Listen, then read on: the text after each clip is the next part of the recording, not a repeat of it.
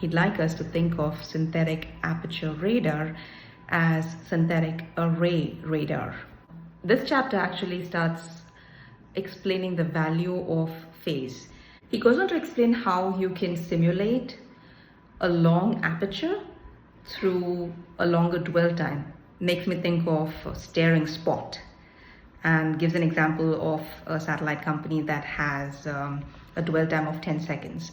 So gives you like an aperture of 75 kilometers because the LEO flight velocity is 7.5 kilometers per second. LEO is low Earth orbit. So once he's done with the sensor piece, he takes you to how the SAR processor then actually receives those echoes, and also how phase comes into picture because it's the fractional position of the wave in that cycle. For any content that starts introducing phase, you'll start thinking of the position of the wave in the cycle and start thinking about fractional positions. That's when you start thinking about the particles in the wave. And since you're talking about the position of the particle in a wave, you are also thinking about the momentum, which is like mass into velocity. So you're also thinking about the momentum of that particle. And according to Bohm, these things are causal but non-local.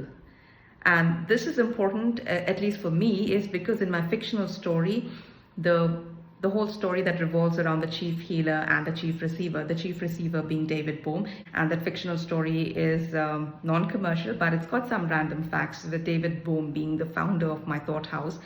And so this was important because this thread about how phase comes in, because radar imaging, right, the illumination is coherent because you can control the structure of the pulse, which led me to think about the call structure of bats for echolocation, which also led me to think about the position, fractional position of the wave in a cycle, but also the particles in the wave.